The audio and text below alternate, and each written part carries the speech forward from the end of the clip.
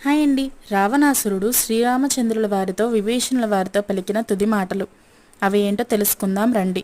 రామరావణ యుద్ధంలో రామబాణంతో నేల కొరిగిన రావణుడు బాధతో రామునితో విభీషణుడితో ఇలా అన్నాడు: నేను నా జీవితకాలంలో ఎన్నో మంచి కార్యములు చేయాలి అని అనుకున్నాను, కానీ అవి ఏమీ చేయలేకపోయాను. కానీ సీతమ్మను చెరబట్టాలి అనే దురాలోచనని మాత్రం వెంటనే అమలు చేశాను. ఇలా అస్తమిస్తున్నాను అంటూ కన్నుమూస్తాడు.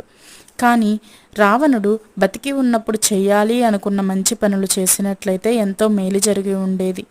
అందులో ఒకటి, ఈ లోకంలో ధనవంతులు పేదవారు అనే భేదభావాలు లేకుండా అందరూ ధనవంతులుగా ఉండాలని, ఎవ్వరికీ ఆకలి బాధలు ఉండకూడదు అని అనుకుంటాడు. రెండవది, లంకలో మద్య నిషేధం విధించాలి అనుకుంటాడు. మూడవది, మనిషి మరణించిన తర్వాత స్వర్గము నరకము కాకుండా ప్రతి ఒక్కరూ స్వర్గానికే వెళ్ళాలి అనే నియమాన్ని పెట్టాలి అనుకుంటాడు. కానీ ఇవి ఏమీ చేయలేదు. అందుకే అంటారు, మంచి పనులకు ఆలస్యం పనికిరాదు, చెడ్డ ఆలోచనలకు ఆచరణకు పనికిరావు అని.